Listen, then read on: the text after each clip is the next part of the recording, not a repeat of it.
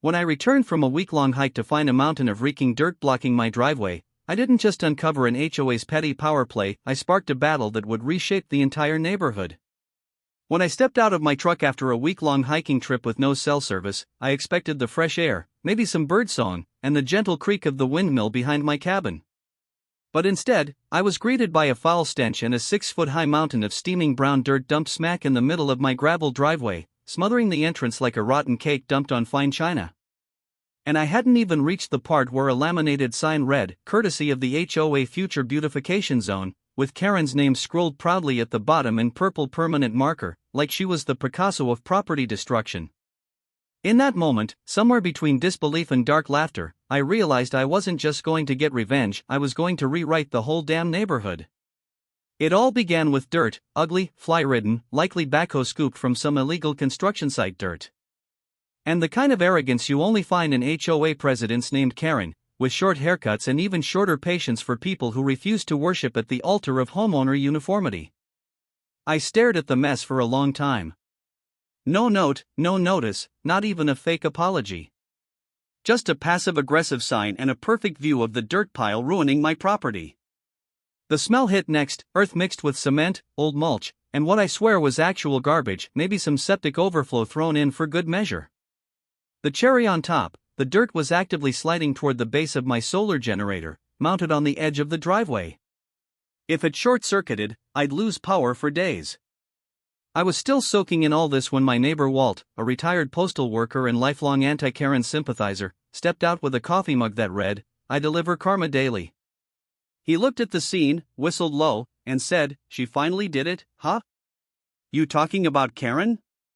I asked, gesturing to the war zone where my clean gravel had once been. "Who else?" Walt muttered. "She said the gravel was, quote, unauthorized paving, and she was reclaiming it for the HOA's Native Plant Restoration Initiative." Native plants, apparently meaning dumpster fill and whatever else was lying around.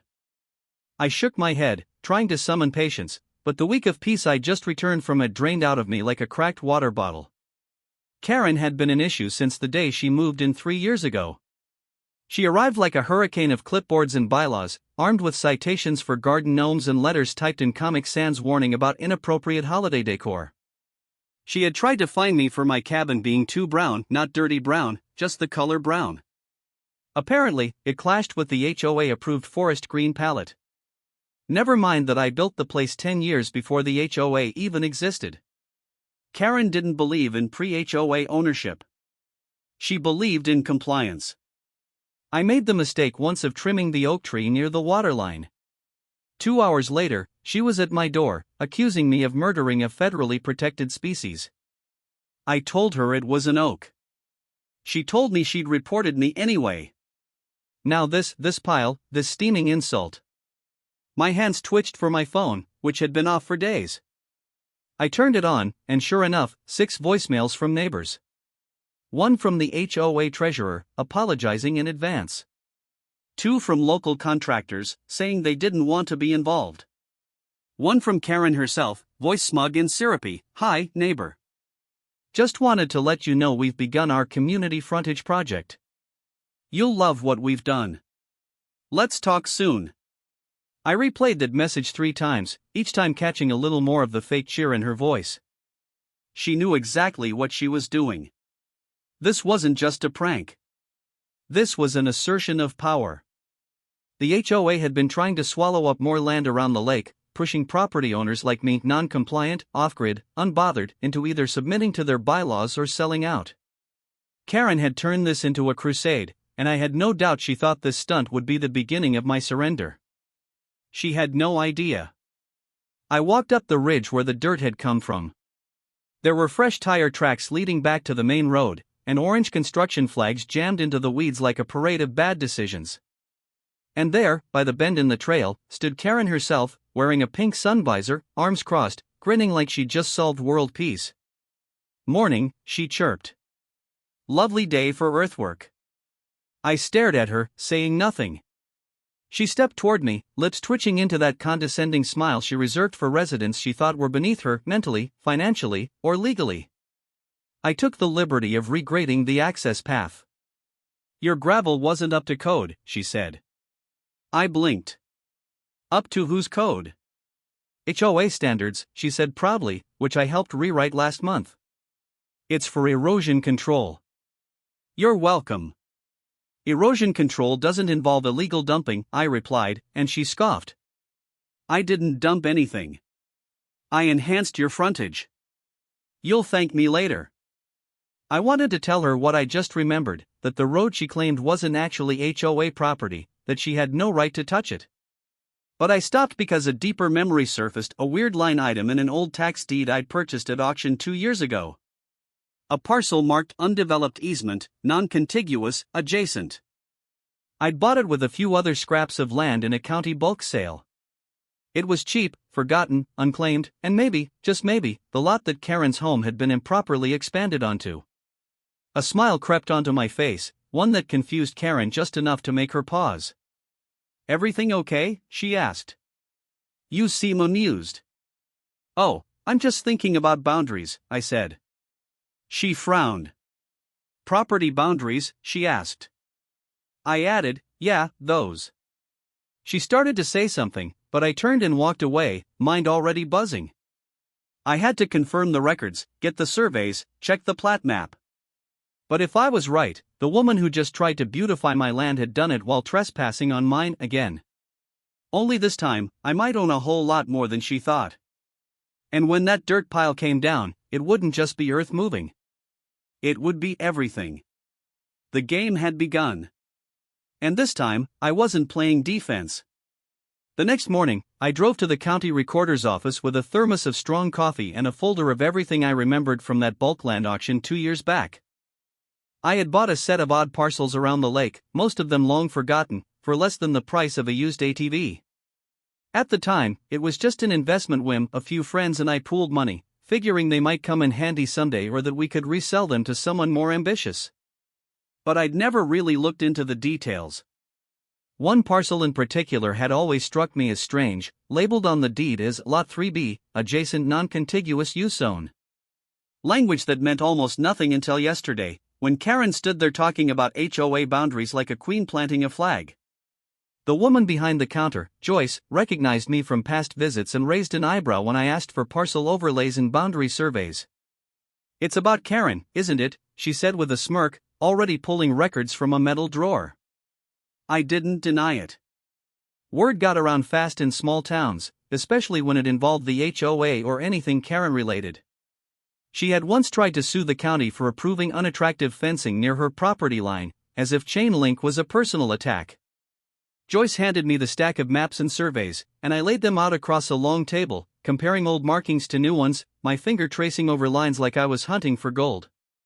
And then I saw it, clear as daylight. Karen's property, Lot 7, had been improperly extended beyond its legal boundary during a renovation 5 years ago. Her contractor, likely hired from the same pool of people who believe permits are optional, had built her new rear patio and retaining wall into a strip of land that technically belonged to the adjacent parcel, Lot 3B, mine. I double-checked everything, overlaid the GIS records with satellite imagery, ran the coordinates. No mistake.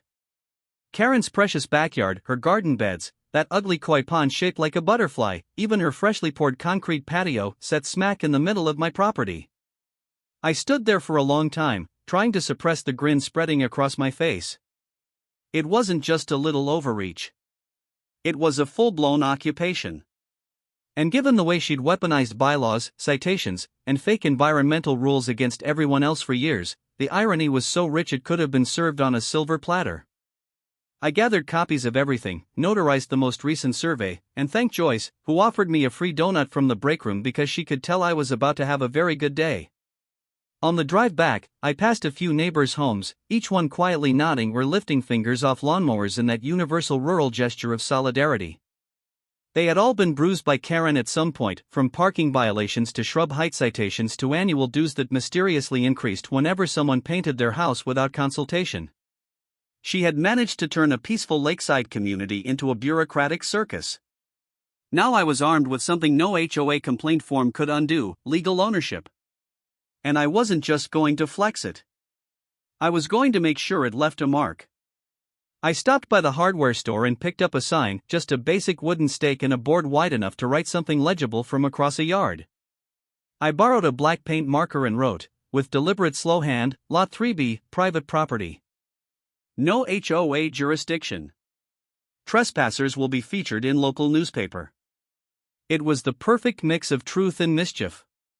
When I hammered it into the grass behind Karen's koi pond, the timing was cinematic. She was standing in her kitchen window, pouring herself tea, wearing that awful robe she thought looked like a kimono but actually made her resemble a fallen curtain.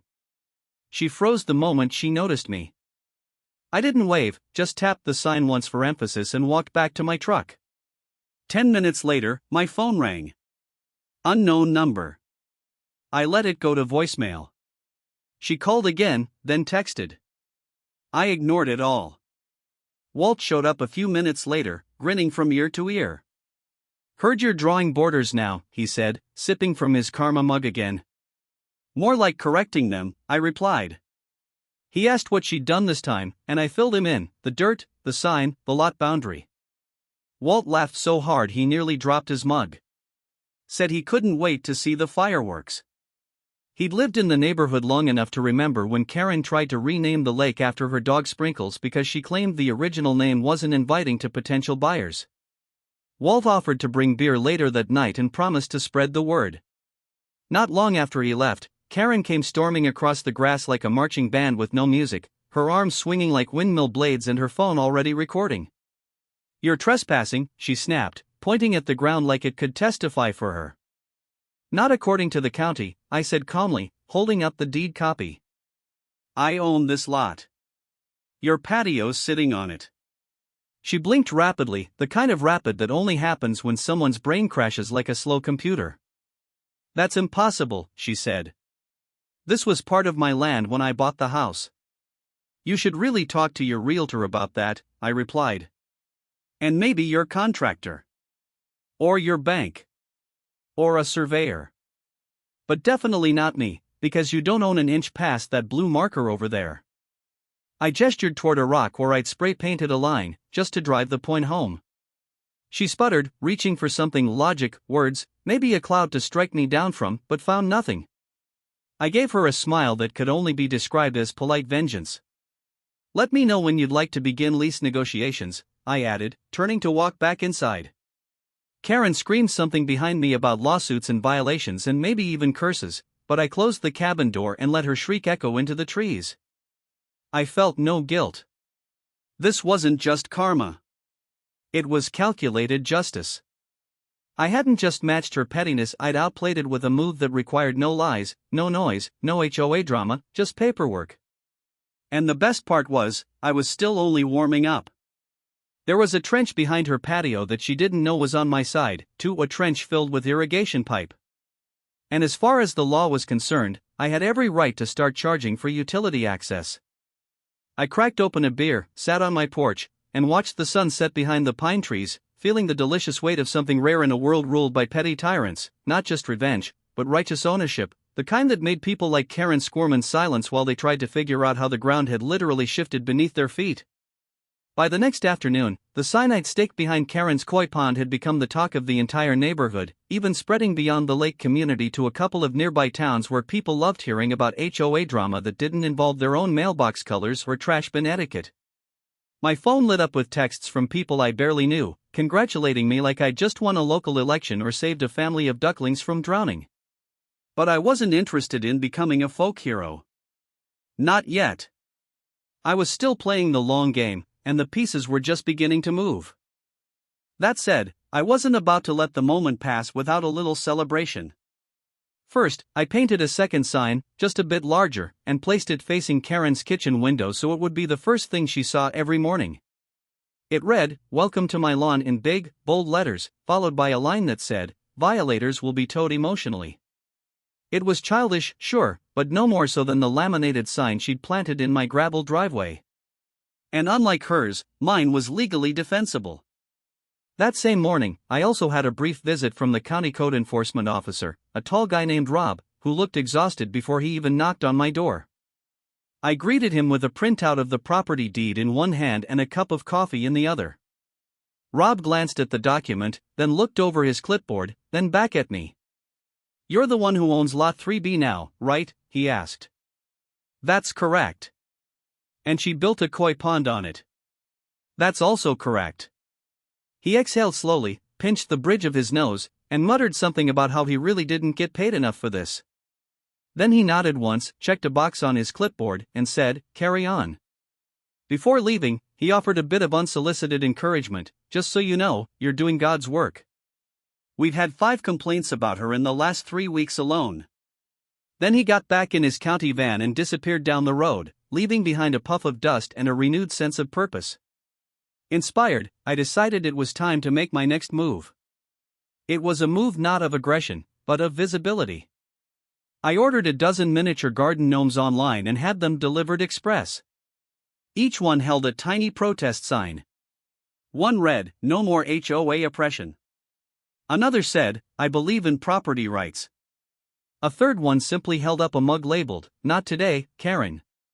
When they arrived, I arranged them in a semicircle at the edge of the disputed property, like a quiet little protest rally that somehow made more sense than half the HOA meetings I'd been forced to attend. Walt came by that evening with a 6-pack and a box of fried chicken. He took one look at the gnome installation and nearly dropped both. "You're building an army," he said through laughter. I shrugged and told him it was peaceful resistance. He sat down on my porch, handed me a beer, and we watched the sunset while Karen peeked furiously through her blinds like someone under siege. Around the same time, I noticed that Karen's patio lights, those hideous solar-powered ones shaped like flamingos, weren't coming on. A little investigative curiosity revealed that the wiring for those lights, as well as a sprinkler system she'd installed last fall, all ran through the trench on my newly reclaimed land. The implications were enormous. Not only had she built onto my property, but she'd also wired and piped through it. That gave me 2 options: cut the lines and let nature reclaim what she had tried to conquer, or invoice her. I chose a third option. I printed up a mock lease agreement and had it notarized, just for flair. It was absurdly generous, $1 per month for continued use of the land, utilities, and easements, but only if she admitted on paper that the property was mine, and she had no legal claim to it. I folded it neatly into an envelope, walked over to her front door, and slipped it into her mailbox. She opened the door before I even made it back down the step. Her hair was a mess, her robe flapping like a distressed flag, and her expression a mix of outrage and disbelief. "What the hell is this?" she demanded, waving the envelope like it had personally insulted her. "That's your chance to keep your pond and your lights," I said, nodding toward the trench. "Otherwise, I start digging at sunrise." "You wouldn't dare," she hissed. I smiled. "I dare quietly," I replied. "You, of all people, should understand the power of silent enforcement." Her lips pressed into a tight line, and she turned and slammed the door so hard a plastic wreath fell off the frame. By sunset, I noticed she had unplugged the lights and turned off the sprinkler timer. A small victory, but it meant she was beginning to realize that she was no longer the only one in control of this ridiculous chessboard. That night, I was halfway through a sandwich when a soft knock came at the door. It was Becky, one of the quieter HOA members, holding a casserole dish and looking half apologetic, half entertained. "I heard what's going on," she said. "And let me just say, thank you. You have no idea how many of us have wanted to do something for years. Karen's been a nightmare. She once told me my toddler's sandbox was unaesthetic and unregulated." She handed me the casserole and added, "This is just a peace offering, or a thank you, or maybe both." I took it with a chuckle and invited her in. Over dinner, she revealed just how much power Karen had wielded over the HOA by weaponizing fear and confusion. Most people didn't even know they could challenge her decisions. She also let slip that Karen had recently tried to get the board to approve a motion expanding HOA boundaries by 3 feet in all directions, claiming it was for safety monitoring. I nearly choked on a bite of casserole. 3 feet in all directions would have included even more of my land. That wasn't a motion, that was an invasion. Clearly, she had been planning this long before the dirt dump. The driveway stunt was just her opening move, but now the board was starting to see through her. And with Becky quietly encouraging me to attend the next meeting, armed with maps, deed copies, and perhaps a few gnome-sized witnesses, I realized the tide was already turning. Karen had always assumed that power came from yelling the loudest, writing the most emails, and threatening the most fines. But real power, I was learning, came from something much simpler: owning the ground under someone else's patio and knowing exactly when to start charging rent. 2 days after I delivered the lease agreement to Karen and watched her practically combust with indignation, a notice appeared on the neighborhood bulletin board announcing a surprise HOA meeting to be held at the community center that Friday evening. It was clearly a rushed effort, with crumpled flyers posted like they were meant to beat the legal minimum of community notice. The language was vague but heavy with Karen's usual coded menace. Topics to be discussed included boundary clarity, landscape misuse, and the preservation of neighborhood standards. It didn't take a genius to figure out what that meant. She was preparing for a counterattack, and I had a feeling it wouldn't be subtle. Walt dropped by again the night before the meeting and handed me a manila folder with a grin on his face. Inside were printed screenshots from the county's public archive, showing Karen's numerous formal complaints, most of them written in all caps and some peppered with bizarre attachments, including one that claimed my solar panels created blinding glare that endangered migrating birds. Another alleged my gravel driveway was contributing to climate change. The best one included a photo of my garden gnomes with a handwritten note warning that they might promote rebellious imagery among youth. Walt poured us both a drink and said, "She's slipping, man. That kind of crazy doesn't stay hidden forever." I laughed, but I also knew she wasn't going to back down easily. Karen was a bureaucratic brawler.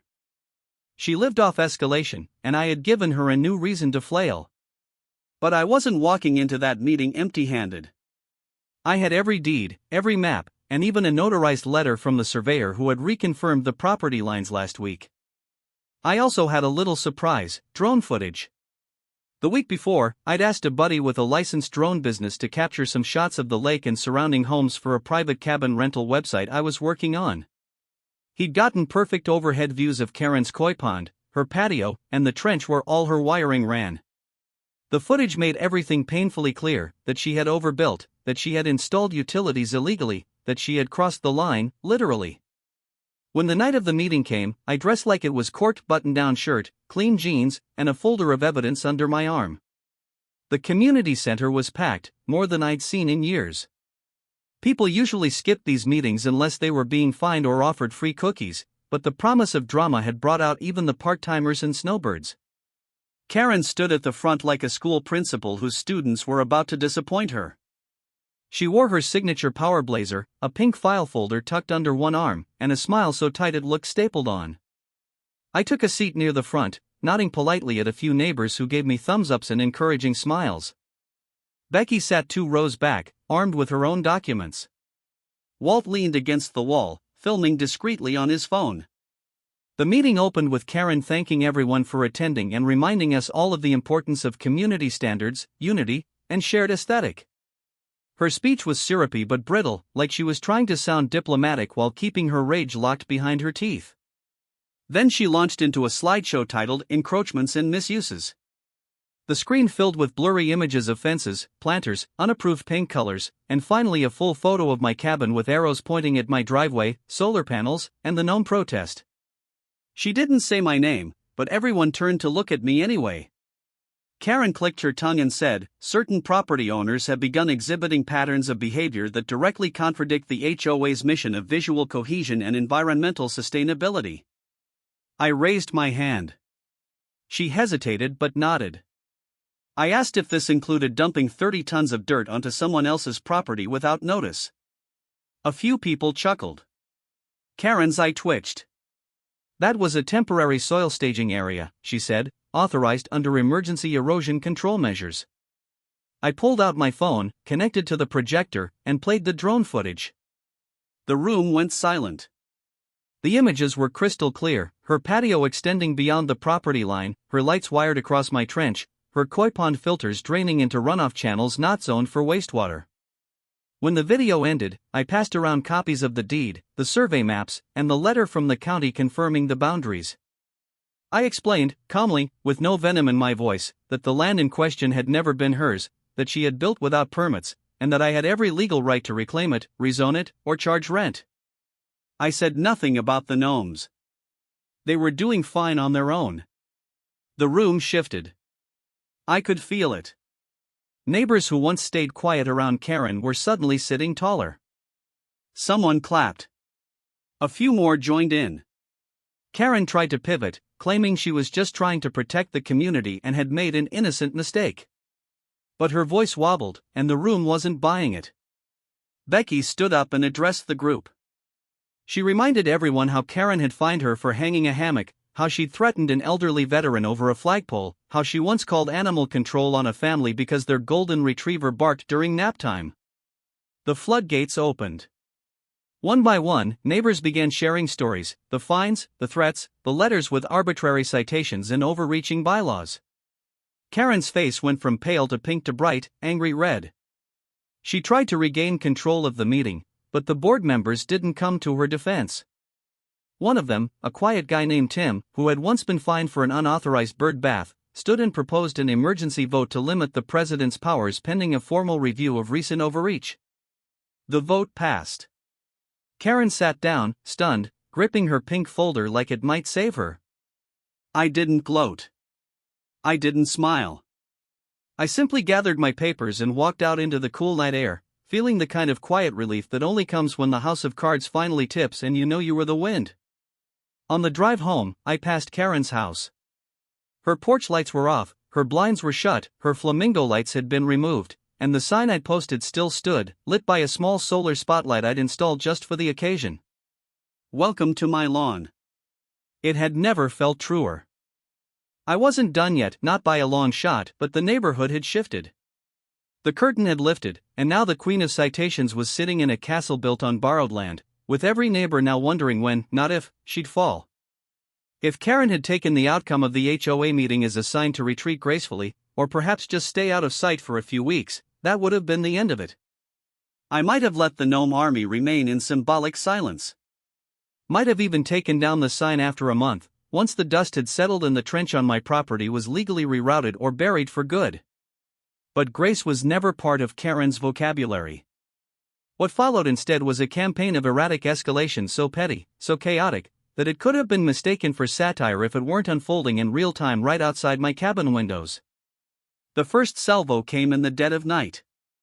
A neighbor's dog woke me up barking, which wasn't unusual, but something about the timing felt off. I got up, looked through the window, and caught the tail end of a shadow disappearing into the woods by the trench. The next morning, the caution tape I'd strung along the utility path was gone. The small wooden stakes marking the property boundary were kicked over. And the sign, my beloved "Welcome to my lawn" sign, was missing. Not destroyed, not snapped in half, just gone, as if someone had carefully removed it and taken it home like a twisted trophy. I didn't have to be Sherlock Holmes to know who was behind it. The next day, a new HOA notice appeared, slipped under every door and pinned to every mailbox, stating that the board would be revisiting certain property easements to prevent what it called hostile signage and divisive landscaping. The phrasing alone was a dead giveaway. Karen might have lost her ability to unilaterally control meetings, but she was still trying to leverage the HOA framework like a sword, twisting language into policy, hoping to reclaim her authority through bureaucracy. I didn't respond publicly. Not yet. Instead, I filed a complaint with the sheriff's office about the missing sign and the nighttime trespassing. Then, I waited. A few days passed with no new attacks, and for a brief moment, I allowed myself to think she was regrouping, or better yet, giving up. But then came the barbecue. She called it a community unity event. Handmade flyers were taped to utility poles around the lake, inviting residents to celebrate the start of spring with food, music, and a ceremonial ribbon cutting on her newly revitalized outdoor entertaining space, which, of course, happened to be the patio built on my land. The gall of it nearly sent me into orbit.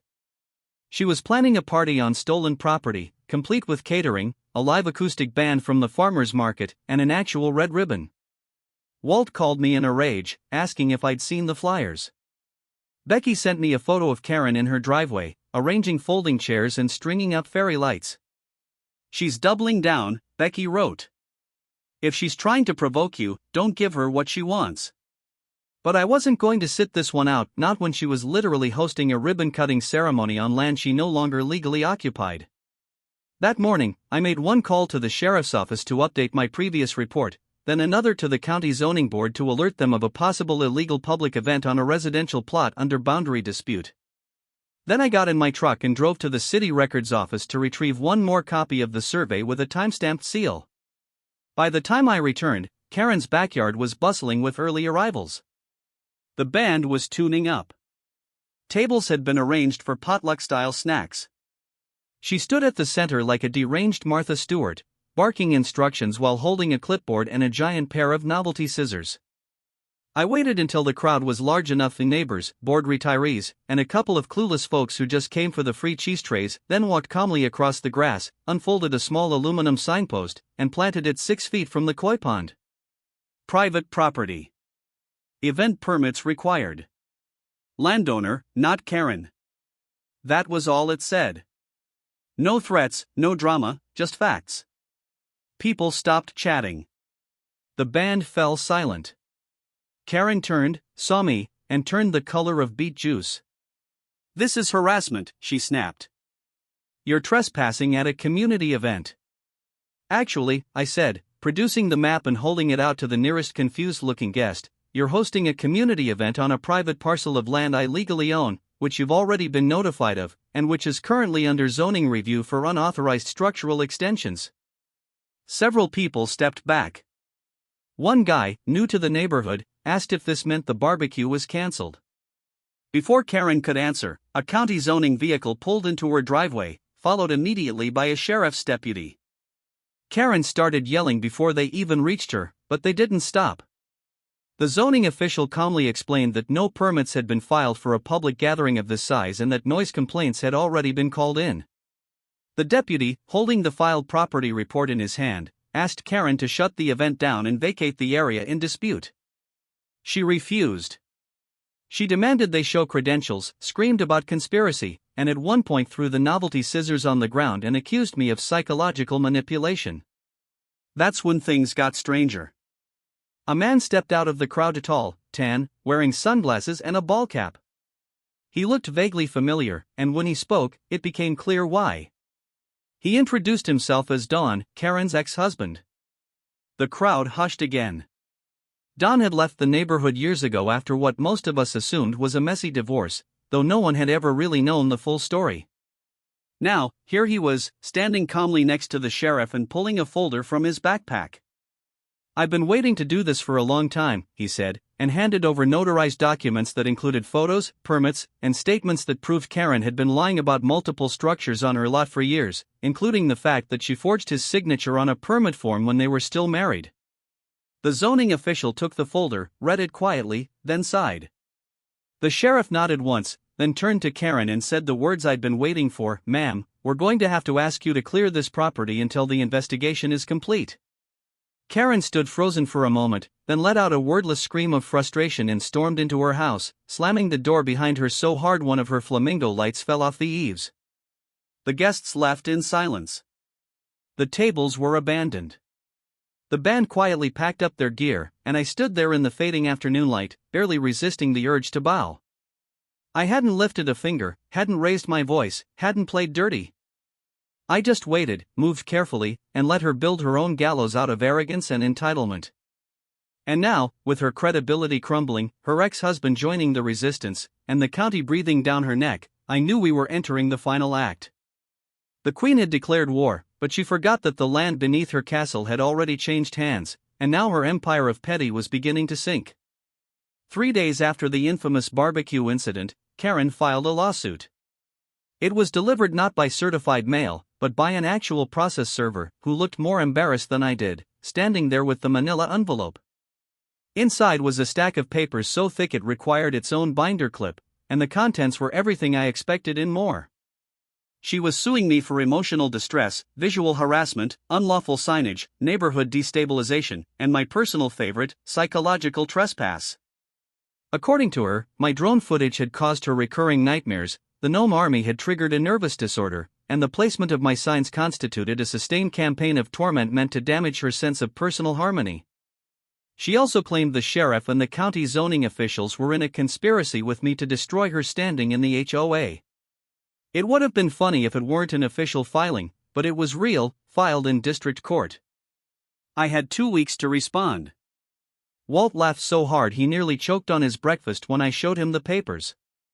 Becky, who had since recruited 3 other neighbors into her unofficial anti-Karen coalition, offered to testify on my behalf before I even asked. I called a lawyer. His name was Greg, and he specialized in property law, municipal codes, and, as fate would have it, HOA madness. He skimmed the complaint, raised both eyebrows, then chuckled and said, "She might have just handed me the best countersuit in the county's history." He helped me draft a response that included a countersuit for property trespass, illegal dumping, unpermitted construction, harassment, and defamation. We also filed a motion to dismiss the original suit on the grounds that not a single claim held legal water. The court date was set for 3 weeks out, but the news of the pending legal showdown spread through the community like spilled gasoline. Everyone had an opinion. The HOA board was forced to call an emergency meeting just to clarify that Karen's suit was a private matter and not reflective of the board's position. As for Karen, her house sat dormant, draped in tension and dead flowers. Rumors flew like summer gnats. Some said she was hiding out in another county, trying to regroup and file appeals. Others claimed she was preparing to sell and flee entirely. Then one morning, a small for sale sign appeared on her lawn, just a simple white post with a local realty logo and a number to call. It didn't have the usual glossy photos or flyers in a plastic box. No open house announcement, just the barest indication that Karen, queen of the HOA, was officially retreating. The community buzzed with the news. People speculated about who might buy the place, whether the new owner would keep the koi pond or dig it out and start fresh. I kept my thoughts to myself until I got a phone call from a friend of mine named Marcus, a real estate investor who owned a few cabins and rentals around the county. I told him the whole story, every wild twist from dirt piles to courtroom drama, and then suggested something bold. What if he bought the place? Better yet, what if we turned it into something useful, something poetic? The next week, with my help, Marcus submitted a quiet cash offer under an LLC name we both controlled. Karen accepted without countering. Her name would remain nowhere near the transaction records, just a sterile signature and a notary stamp as she handed over the deed, and, in a final twist of irony, the keys to a house she had never legally finished building. The day we took possession, I walked through the place slowly, examining every detail. The walls were still coated in that sterile beige she had insisted was the only acceptable color. Her backyard was a mix of decaying flower beds and fading brick, a kingdom left behind like a broken chessboard. I stood at the edge of the patio and looked out across what used to be disputed ground. Now it was just lawn again, quiet, soft, unclaimed by conflict. We decided not to rent it out. Instead, we converted the place into a community retreat space, a place where people could host craft nights, book clubs, and nature sketching sessions. We called it the Karen Cabin, not as a mockery, but as a reminder of what happens when rules overtake relationships, when power is hoarded instead of shared. A handmade sign outside read, "The Karen Cabin, where tyranny takes a nap." The Gnome Army was relocated there too, standing proudly by the koi pond with new signs that said things like "Free the Flamingos" and HOA, "Happy Organized Artisans." Children came by to play. Retirees came to drink coffee under the trellis. The place, once guarded like a fortress, was now open to everyone. And just when I thought the story had ended, it offered one last twist. A few weeks after the retreat opened, I got a message from a friend who managed rentals in a nearby lake town. He sent me a screenshot of a rental application from a woman looking for a small cabin, someone with no pets, no kids, and a preference for quiet communities with high standards. The name on the application was unmistakable, Karen. Not a common name when paired with that last name and the exact birthday. She was trying to start over. I called my friend and told him the story. He laughed, said he'd pass. But something about the moment stuck with me, not out of anger, not out of triumph, but out of wonder. People like Karen always believe they can reinvent the narrative, paint over the past with enough layers of control and compliance. But the land remembers. The neighbors remember. The garden gnomes certainly remember. And in a world where power had once been measured in pink folders and printed bylaws, it was now measured in quiet sunsets, shared pie on porches, and signs that said things like welcome instead of warning. As for me, I finally finished rebuilding the gravel driveway she once tried to bury. I didn't put up any new signs. I didn't need to. People knew now. They remembered what happened. And not because I shouted or sued or marched around with a clipboard, but because I stayed calm, stayed patient, and used the tools she thought only she had mastered: law, land, logic. In the end, she dumped dirt thinking it would bury me. But it just gave me the perfect place to plant my flag, not a flag of war, not a flag of victory, just a simple one stitched in peace, fluttering above a patch of ground I had always called home.